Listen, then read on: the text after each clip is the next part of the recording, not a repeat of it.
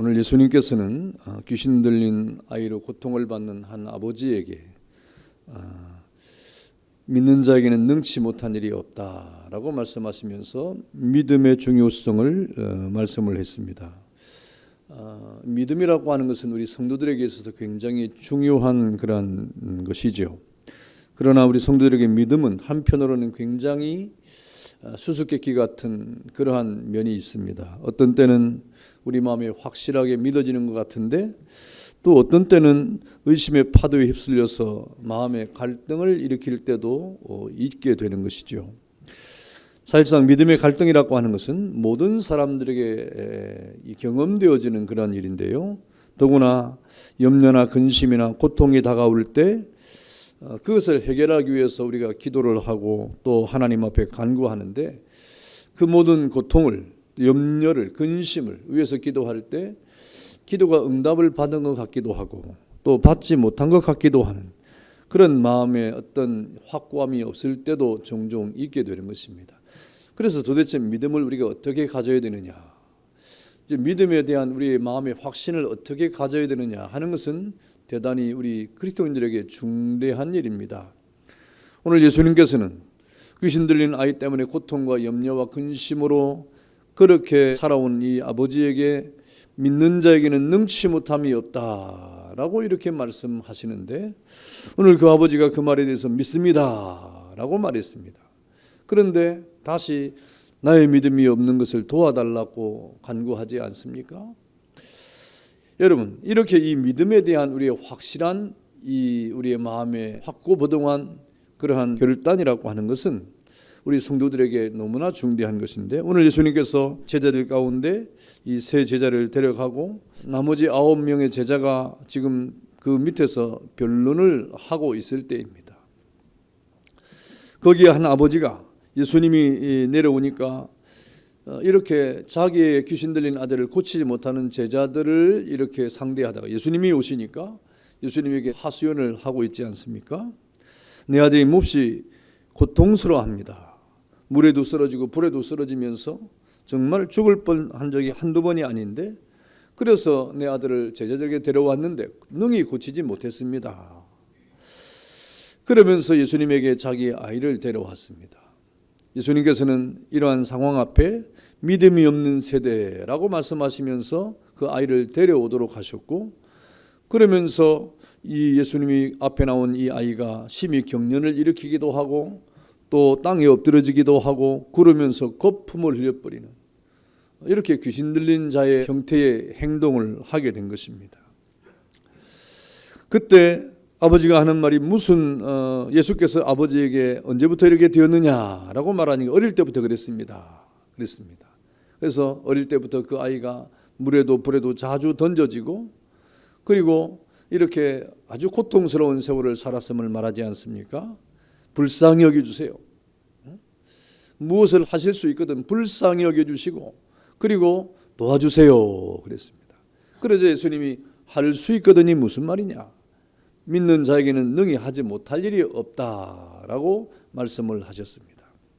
여러분, 이런 이 말에 이 아버지는 내가 믿나이다 라고 말하면서 믿기는 믿어야 되겠는데 자신에게는 온전한 믿음이 지금 발견되지 않음을 보면서 나의 믿음이 없음을 도와달라고 말하고 있지 않습니까?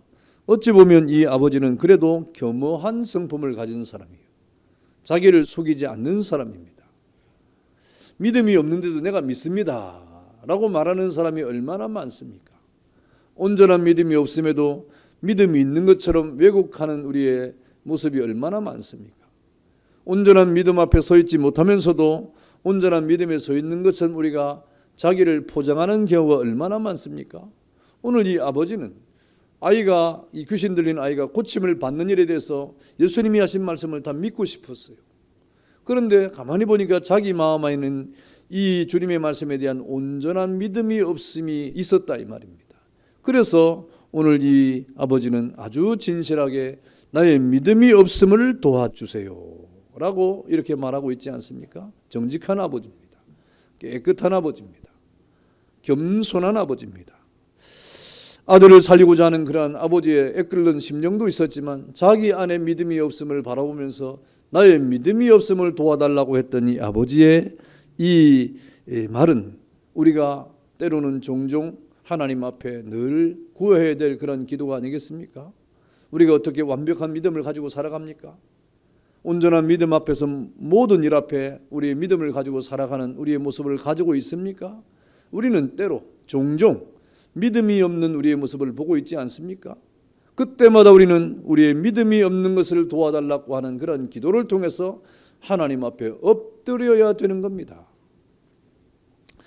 여러분, 사실 이러한 절박한 체험을 우리도 하게 됩니다. 우리가 하나님 앞에 나와서 믿으려고 할 때 도무지 안 믿어지면 어떻게 되겠습니까? 우리의 믿음이 없음을 도와달라고 기도를 해야 돼요. 우리의 믿음이 없음에 대한 우리 마음을 고백을 해야 됩니다. 그렇다고 하면 여러분, 믿음에는 어떤 방해의 요소가 있겠습니까? 오늘 이 아버지에게 있어서 염려와 근심이 그 마음에 있었어요. 믿음에는 이 염려와 근심이 아무 소용이 없는 것을 깨달아야 됩니다. 여러분, 이 세상을 살아갈 동안에 우리 사람들에게 염려가 없는 사람이 있겠습니까? 근심이 없는 사람이 있습니까? 아무도 없을 것입니다. 사실상 이 염려와 근심은 우리 사람이 이 땅에 존재할 동안에 사라지지 않는 그러한 그림자 같은 것일 겁니다. 그런데 성경에 보니까 이 염려와 근심을 우리가 한다고 해서 문제가 해결되는 법은 없다라고 말씀을 하고 있습니다. 걱정한다고 키가 작은 사람이 한자나 더 크게 할 수가 있느냐? 너희가 염려한다고 흰 머리가 검게 될 수 있느냐라고 말씀을 하십니다. 마태복음 6장 27절에 보니까 너희 중에 누가 염려함으로 그 키를 한자라도 더할 수 있느냐라고 말씀하시죠. 또 5장 36절에 보니까 내 머리로 도 하지 말라라고 맹세에 대한 말씀을 하시면서 이는 내가 한터럭도 희고 검게 할 수 없음이라 라고 말씀을 하고 있습니다. 여러분, 이 염려가 무엇일까요? 근심이 어떤 작용을 합니까? 이 염려와 근심이라고 하는 것은 우리에게 이렇게 마음에 병이 생기게 되는 그런 작용을 하죠. 잠언 17장 22절에 보니까 마음의 즐거움은 양약이라도 마음의 근심은 뼈로 마르게 한다 그랬어요. 여러분, 우리가 아무리 잘 먹고 이렇게 영양가가 있는 그런 식생활을 한다고 해도 마음의 근심을 가지고 이렇게 지내는 사람을 보면 아주 얼굴이 어떻습니까? 보기 안 좋게 좀 바뀌지 않습니까? 먹는 게 중대한 게 아니고 마음의 근심이 쌓이면 그것이 얼굴빛에 나타나고 전체적인 삶에 나타나기 때문에 이 근심과 염려는 우리에게 아주 해악한 것이 되고 마는, 요즘에 현대어로 이런 염려와 근심을 스트레스라고 말하잖아요. 병원 가면 모든 게 스트레스예요. 모든 병의 근원이 스트레스랍니다. 근심할수록 뼈가 마르니 살이 녹고 엄청난 질병과 고통과 연약을 가져오게 되는 것입니다. 고린도후서 7장 10절에도 하나님이 뜻대로 하는 근심은 후회할 것이 없는 구원에 이르게 하는 회개에 이르는 것이요 세상의 근심은 사망을 이루는 것이라 라고 말씀하시면서 근심에 대해 근심은 근심인데 근심의 종류가 다르다라고 말씀하고 있어요. 여러분, 근심과 걱정은 사람에게 없어지지 않는데 우리 예수 믿는 사람의 근심 그리고 불신자들의 근심이 다르다 이 말이죠. 그래서 성경이 뭐라고 말합니까? 하나님의 뜻대로 하는 근심이 있다. 우리 사람에게, 예수 믿는 사람은 이 근심이 있는데 하나님의 뜻을 성취하려고 하는 근심이 있는 거예요.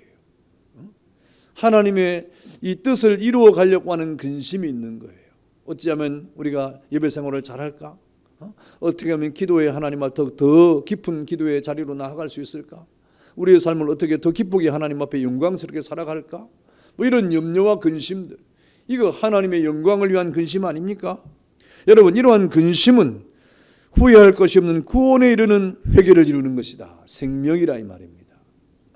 그러나 전혀 믿음과 관계없는 근심, 무엇을 먹을까, 무엇을 마실까, 무엇을 할까, 이 땅에서 어떻게 우리가 권세를 누릴까, 어떻게 부유함을 누릴까, 어떻게 우리가 손해를 안 볼까, 어떻게 하면 나의 욕심을 채울까, 나의 욕망에 이런 삶을 살아갈까, 등등 우리가 이 땅에 자신의 욕망과 욕심을 따라하는 근심들이 얼마나 많습니까? 그런 근심은 사망을 이루는 것이다 그랬습니다. 그렇기 때문에 우리가 모든 것을 하나님 앞에 내어 맡기는 것이 중대한데, 그래서 예수님께서 뭐라고 말씀하십니까? 이 세상에 나타난 모든 근심은 다 짐이라고 말씀하시면서 수고하고 무거운 짐진 자들아 다 내게로 오라, 내가 너희를 쉬게 하리라 라고 말씀을 하신 것입니다. 여러분, 우리 인생을 살아가면서 염려와 근심이 없을 수는 없죠. 그러나 이런 염려와 모든 근심을 다 주님께 맡기라고 말씀을 하고 있는 겁니다. 여러분, 베드로전서 5장 7절에 보니까 너희 염려를 다 주께 맡기라, 이는 그가 너희를 돌보심이라. 하나님이 우리를 돌보신대요. 우리 아이를 부모가 돌봐야 되지 않습니까? 그래야 아이들이 살아가는 거예요. 돌봄이 있는 아이는 다릅니다.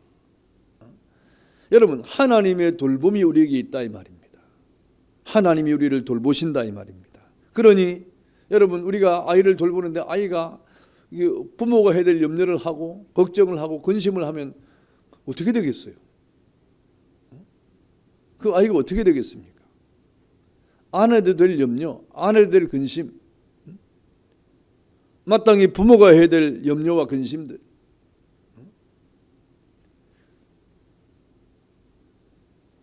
자녀들은 그런 염려를 할 필요가 없죠. 빌립보 4장 6절과 7절에 보니까 아무것도 염려하지 말고 다만 모든 일에 기도와 간구로 너희 구할 것을 감사함으로 하나님께 아뢰라. 그리하면 모든 지각에 뛰어난 하나님의 평강이 그리스도 예수 안에서 너희의 마음과 생각을 지키시리라 그랬습니다. 여러분, 이렇게 우리에게는 믿음이 중대한데, 여러분, 믿음에 있어서 염려와 근심은 전혀 우리에게 아무 소용이 없다 하는 것을 깨달아야 됩니다. 그래서 주님께 맡기는 게 중대한 겁니다. 여러분, 우리에게는 이런 믿음이 필요한 거예요. 겨자씨만한 믿음만 있어도 하나님의 은혜 가운데 여러분은 하나님의 은총을 깨달을 수가 있는 것입니다. 여러분, 성경에 보니까 누가복음 17장 6절에 겨자씨 한 알만한 믿음이 있었다면 그랬어요.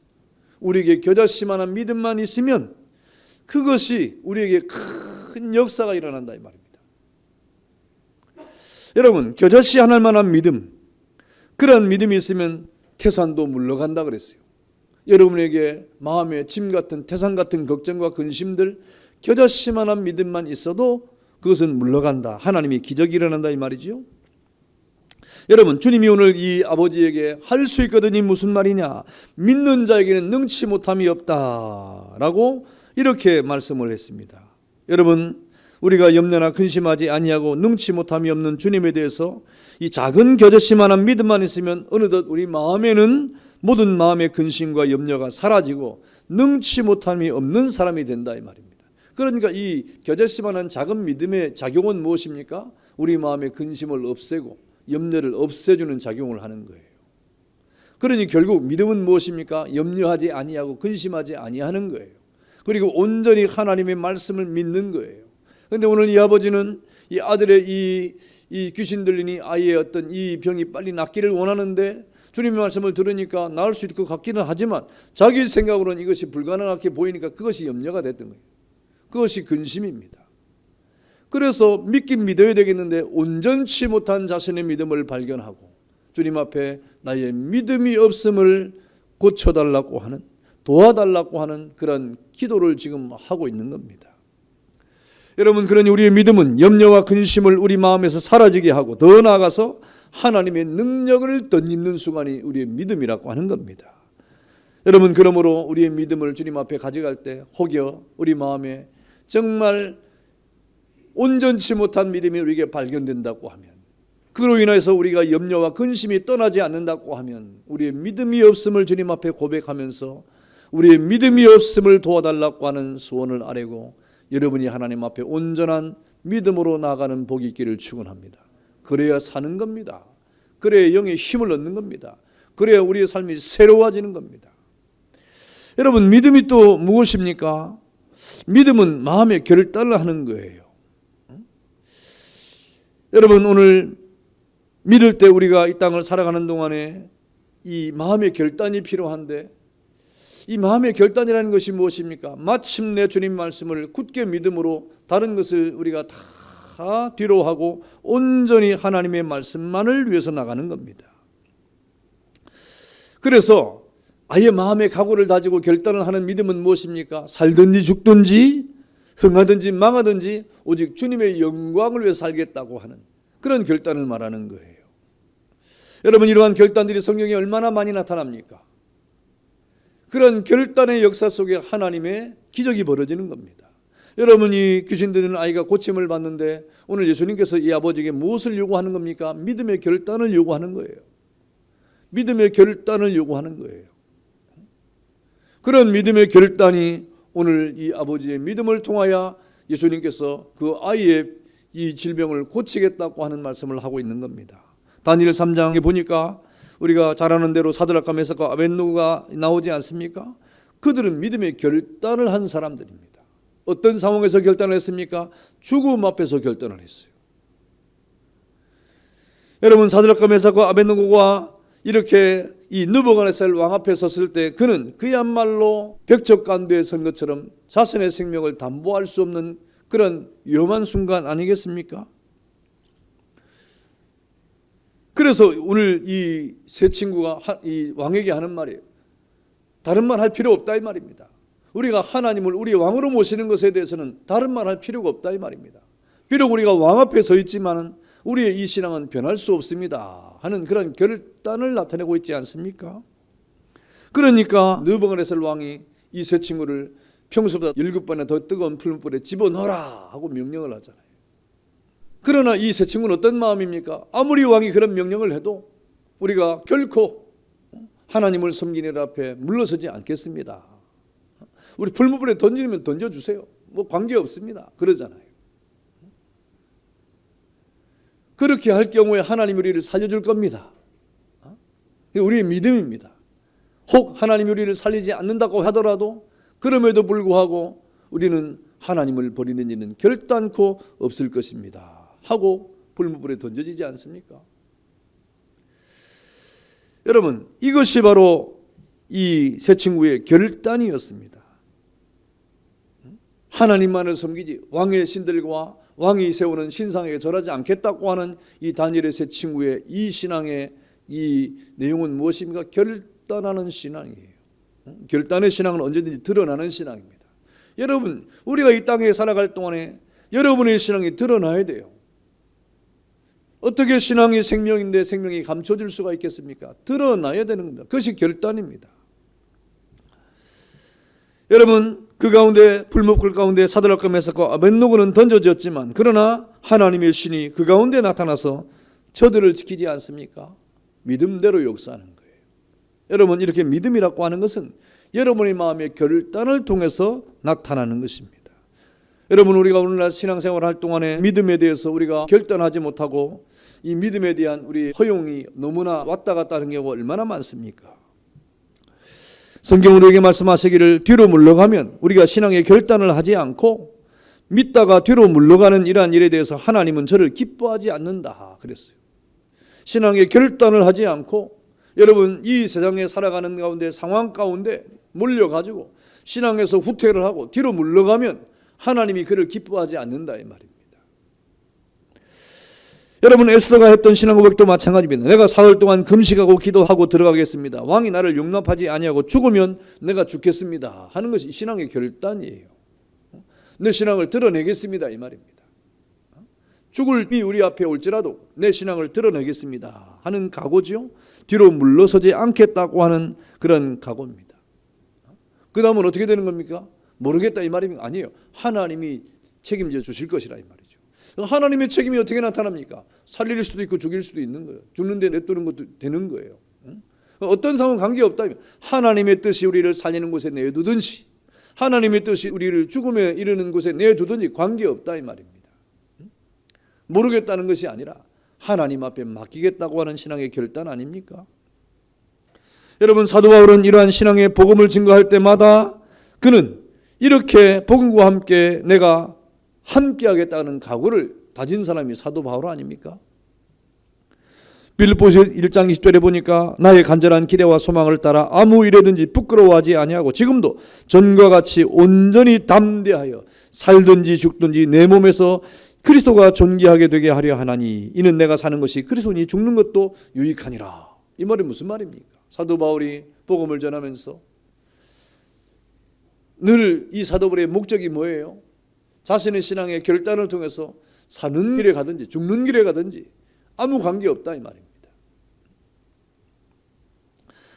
이는 자기의 일시를 다 생각하지 않고 자기의 생명의 안위를 생각하지 않고 형편이 좋으면 가고 형편이 안 좋으면 안 가는 것이 아니라 그런 어떤 형편에 따라서 자신이 안고 서는 자리를 구별하는 것이 아니라 하나님의 명령을 따라 그것이 바로 죽음의 길이든지 아니면 사는 길이든지 그것이 형통한 길이든지 아니면 고난의 길이든지 관계없이 하나님의 말씀을 따라 가겠다고 하는 그런 자세 아닙니까? 만약에 사도 바울이 이런 생각을 하지 아니하고 자신의 형편을 따라 움직였다고 하면 어떻게 세계 복음화가 일어나겠어요? 여러분 지금 전 세계에 흩어져 있는 선교사님들이 자신의 형편을 따라 이렇게 행동했다고 하면 어떻게 복음이 전파되겠습니까? 여러분 한국 교회가 세워지는데 교회에 이렇게 수고하고 애쓰는 모든 헌신자들이 자신의 생각대로 움직였다고 하면 어떻게 여러분 한국 교회가 세워지겠습니까? 우리 교회도 마찬가지예요. 이렇게 하나님의 나라는 그냥 세워지는 게 아닙니다. 신앙의 결단을 통해서 세워지는 겁니다. 한 영혼을 세우는 데도 마찬가지예요. 우리 교사들도 마찬가지입니다. 아이들을 세워가는데 여러분의 생각대로 아이를 세우면 안 되는 겁니다. 하나님의 뜻대로 세워야 되는 거예요. 여러분이 이렇게 아이들에게 좀 잘 대해주면 아이들이 잘 세워가겠지? 아니에요. 우리의 인정으로 아이들이 세워지지 않습니다. 우리의 어떤 착함으로 세워지지 않습니다. 우리 인간적인 그런 이 어떤 면으로 이 영적인 세계가 세워지는 것이 아닙니다. 하나님의 뜻대로 세워져야 되는 겁니다. 그래서 때로 아이들에게는 하나님의 사랑으로 대하고 때로는 하나님의 말씀에 초달로 대할 수도 있고 영적인 가르침을 통하여 아이들에게 따끔한 영혼의 징계를 할 수가 있는 것이 교사인 거예요. 여러분 그러므로 믿음의 세계는 결단의 세계입니다. 하나님의 말씀 앞에 결단을 하는 그러한 이 자세를 가질 때 하나님의 교회는 세워지고 여러분도 하나님 앞에서 세워지게 되는 것입니다. 여러분 그러므로 우리가 하나님을 믿을 때 여러분의 믿음은 어떤 믿음이 되겠습니까? 결단하는 믿음이 되어야 됩니다. 여러분 때로 우리가 하나님 앞에 결단하지 못하면 여러분 오늘 이 아버지처럼 기도해야 됩니다. 주여 내가 믿음이 없음을 도와주세요. 결단하지 못하는 믿음을 도와주세요.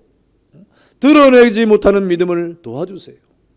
확실한 주님의 말씀을 따라 움직이지 못하는 우리의 연약을 도와주세요 하고 그렇게 우리가 하나님 앞에 기도를 해야 되는 것입니다. 여러분 또 믿음은 무엇입니까? 믿음은 하나님의 말씀 앞에 집중하는 겁니다. 여러분 집중을 한다고 하는 것은 무엇입니까? 집중한다고 하는 것은 다른 거, 주변에 있는 거, 이런 거 보는 게 아니에요. 집중이란 말 그 자체가 무엇입니까? 어느 한 곳을 바라보고 그 한 곳을 향하여 우리의 모든 것을 모으는 게 집중 아닙니까?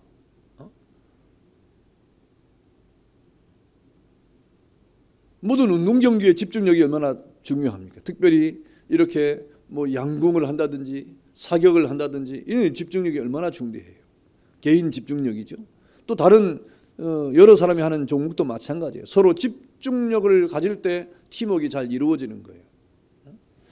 이 집중이라고 하는 건 너무너무 중대합니다. 여러분 개인이 하나님 앞에 집중을 하고 온 교회가 하나님의 말씀 앞에 집중을 할 때 그럴 때 하나님의 역사가 벌어지는 거예요. 여러분 우리 신앙생활에도 좌우를 살피고 환경을 살피고 두려움을 바라보고 마음을 떨면서 이렇게 한다고 하면 우리 마음이 산란하게 흩어져 있다고 하면 어떻게 우리가 집중적으로 주의 말씀을 따라 신앙생활을 할 수 있겠습니까? 우리는 신앙생활을 할 때 하나님의 말씀에 집중력을 가져야 됩니다. 그래야 우리가 온전히 서는 거예요. 그래야 주님 앞에서 강건한 신앙과 건강한 신앙생활을 할 수가 있는 것입니다.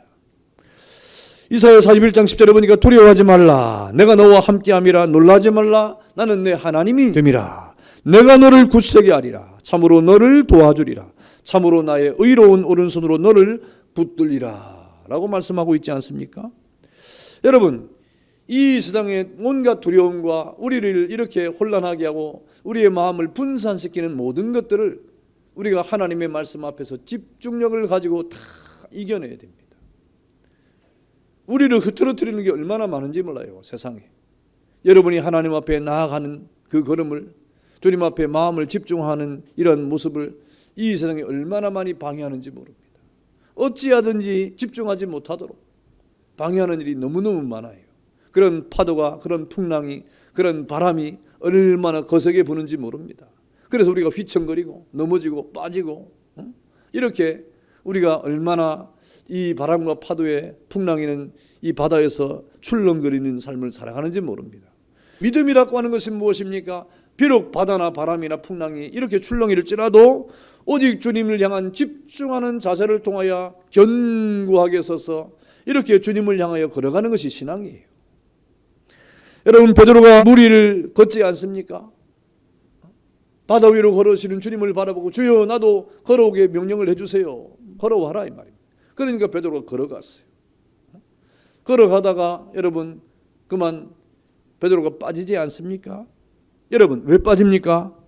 그 주님을 바라볼 때는 베드로가 그 바다를 걸어갔는데, 그런데 그 바다의 파도와 바람과 이 출렁이는 물결을 보고 그만 두려움과 공포 때문에 빠져버리고 말았습니다. 우리의 신앙도 마찬가지입니다. 이 세상을 우리가 사는 동안에 여러 가지 공포와 의심이 일어나는 환경이 언제 어떻게 우리에게 다가올지 모릅니다. 앞에서 다가올 수도 있고 뒤에서 갑자기 다가올 수도 있고 옆에서 이렇게 툭 치고 들어올 수도 있고 언제 어떻게 우리에게 다가올지를 모르는 거예요. 끊임없이 바람과 파도가 끊임없이 다가옵니다. 그래서 우리를 덮치려고 합니다. 너 이제 죽었다 이 말입니다. 하고 우리를 이렇게 덮치려고 합니다. 너 이제 망할 것이다 하고 쫓아옵니다. 여러분, 이러한 이 염려와 근심이 끊임없이 우리의 마음을 흔들고 있지 않습니까? 여러분, 그런 이 세상을 살아갈 동안에 거기에 우리가 이 마음을 빼앗기고 우리가 이렇게 거기에 우리의 생각을 빼앗기면 우리는 그만 그 공포와 두려움 때문에 못 사는 거예요. 그 물결에 빠지는 거예요. 여러분, 이럴 때 우리의 필요한 것이 무엇입니까? 하나님에 대한 집중을 해야 됩니다. 말씀에 대한 집중을 해야 합니다. 그럼에도 불구하고 우리가 하나님의 말씀으로 이 마음을 굳게 하고 그 하나님의 말씀 앞에 굳게 서므로 요동치 아니하는 믿음을 가질 때 그 모든 공포스러웠던 두려웠던 그런 바람과 풍랑은 잔잔해지게 되어 있는 거예요. 그 중대한 게 아닙니다. 바람이 중대한 게 아니고 파도가 중대한 게 아니고 나를 향하여 명하신 주님의 말씀이 중대하지 않습니까? 너 걸어라 이 말입니다. 베드로에게 하는 주님의 말씀을 붙잡고 걸어가야 되는 거예요. 그러면 이 바람과 파도는 아무 문제가 될 게 아닌 것입니다. 여러분, 두려워하거나 무서워하면 이 세상에서 우리가 그야말로 그 두려움과 공포에서 벗어날 길은 없는 것입니다. 그래서 세상에는 여러분 두려우면 여러 가지 형벌이 따라온다고 성경은 말하고 있죠. 병을 두려워하면 병이 쫓아온다고 말합니다. 가난을 두려워하면 가난이 쫓아옵니다. 원수를 두려워하면 원수가 우리를 쫓아옵니다. 여러분, 우리가 하나님 말씀에 집중하고 강하고 담대하게 이 땅을 살아가면 이 모든 것을 다 이길 수가 있는 거예요. 그래서 오늘 예수님께서 그 아버지에게 할 수 있거든이 무슨 말이냐, 믿는 자에게는 능히 하지 못할 일이 없느니라고 말씀을 하고 있는 겁니다. 여러분, 두려움과 공포의 대상은 항상 우리 주위에 늘 다가오고 있는 겁니다. 바람과 파도처럼 여러분에게 마귀는 와서 속삭이고 또 협박하고 공갈하기도 하고 우리 마음에 공포심을 가져다 주기도 하고 우리 마음을 빼앗아 가려고 하는 이러한 이 두려움에 사로잡히도록 우리를 벌벌 떨도록 만들 것입니다. 이것이 마귀의 속셈이에요. 마귀의 속셈이에요. 마귀는 우리를 넘어지게 하는 자입니다. 마귀는 우리를 쓰러지게 하는 자입니다. 마귀를 우리를 이렇게 속이면서 우리에게 하나님의 말씀을 멀어지게 하는 그러한 존재입니다. 그럴 때 우리는 하나님의 말씀을 생각하고 하나님을 바라보고 예수님을 바라보면서 주님이 내게 하신 말씀에 집중을 해야 됩니다. 오늘 이 아버지가 주의 말씀을 들었는데 그 말씀에 집중하려고 보니까 이 믿음이 부족했다 이 말입니다. 그래서 나의 믿음 없는 것을 도와달라고 말하지 않습니까? 여러분에게 두려움이 찾아올 때, 공포가 찾아올 때, 여러 가지 염려가 여러분의 마음에 자리를 잡을 때 하나님의 말씀을 굳게 붙잡고 그 말씀을 믿도록 여러분 마음에 그 은혜가 있도록 하나님 앞에 기도를 해야 되는 것입니다. 여러분, 이스라엘 백성들이 이렇게 가나안 땅을 앞에 놓고 여호수아 1장 8절에 보니까 이 율법책을 내 입에서 떠나지 말게 하며 주야로 그것을 묵상하며 그 안에 기록된 대로 다 지켜 행하라. 그리하면 내 길이 평탄하게 될 것이며 내가 형통하리라 라고 하는 말씀을 들었습니다. 미지의 세계를 앞에 놓고 앞으로 어떻게 될지, 무슨 일이 벌어질지, 어떤 전쟁이 벌어질지, 누구를 만날지 아무도 모르는 그 길을 걸어가는데 오늘 여호수아를 통하여 하나님이 뭐라고 말씀하십니까? 하나님의 말씀에 집중해라 이 말입니다. 하나님의 말씀에 집중해라 이 말입니다. 그러면 형통한다 그랬습니다. 평탄해진다 이 말입니다. 여러분, 형통하고 싶지 않은 사람이 누가 있겠어요? 우리 사람치고 평안한 삶을 원하지 않는 사람이 있습니까? 나는 좀 복잡하게 살고 싶어. 나는 좀 괴롭게 살고 싶어. 나는 좀 나를 좀 학대하고 좀 살아볼 거야. 뭐 이런 사람이 세상에 어디 있어요? 다 형통하고 다 평안하고 다 즐겁게 살려고 하지 않습니까? 여러분, 그렇다고 하면 그 형통과 평탄은 그냥 찾아오는 것이 아닙니다. 믿음을 통하여 우리에게 찾아오는 거예요. 여러분, 그런 믿음 안에서 우리는 그 평안을 꿈꿔야 되는 겁니다. 그러니 오늘 믿음 없음을 주님 앞에 기도해야 돼요. 우리의 온전치 못한 믿음, 완전하지 못한 믿음, 주님을 향한 그 말씀이 굳게 서지 못하는 우리의 믿음, 그 말씀에 집중하지 못하는 우리의 믿음, 온갖 염려와 두려움 속에서 우리 마음이 이렇게 그 말씀을 떠나고 있는 우리의 이런 연약한 믿음, 이런 믿음이 없음을 우리를 위해서는 기도를 해야 됩니다. 그래서 온전히 주님 앞에 서서 하나님의 거룩한 은혜 안에서야 우리는 그야말로 믿음 있는 자가 되고 그 믿음을 통하여 하나님의 신령한 은혜를 경험하게 되는 것입니다. 할 수 있거든이 무슨 말이냐? 믿는 자에게는 능치 못함이 없느니라 그랬습니다. 여러분, 우리가 이 말씀을 마음의 심리적으로 이 세상에서 긍정적 마인드를 가져야 된다 이런 의미가 아니에요. 하나님의 은혜를 받아야 돼요. 그 말씀이 여러분을 지배를 해야 돼요. 그 하나님의 말씀이 여러분의 마음에 강력한 그런 임재를 통하여 그 마음에 온전한 믿음이 자리를 잡을 때 우리는 능치 못한 하나님의 역사를 경험하게 되는 것입니다. 그래서 우리는 어둠에서 빛을 발견하게 되는 것이고 죽음에서 생명을 경험하는 것이고 또 무질서한 이 땅에서 질서 있는 우리 신앙의 세계를 우리는 걸어가게 될 것이고 절망에서 소망의 빛을 우리는 바라보게 되고 우리 영혼이 잘되고 범사가 잘되고 강건한 그런 하나님의 자녀로 이 땅을 살아가게 될 것입니다. 성도 여러분, 믿음은 예수님을 믿을 때 하나님께서 각 사람에 주는 선물이라고 말하지 않습니까? 그런 믿음의 선물을 우리가 받아야 됩니다. 그러면 그 믿음의 선물을 통하여 여러분의 환경이 바뀌어지고 여러분의 삶이 바뀌어지고 여러분의 믿음이 온전해질 뿐 아니라 여러분의 기도의 소원들이 하나님 앞에 연락이 될 것입니다. 그런 은혜의 삶을 통하여 여러분의 믿음이 온전한 믿음으로 나아가는 그런 복이 있기를 주의 이름으로 축원합니다. 감사합니다. 기도하겠습니다.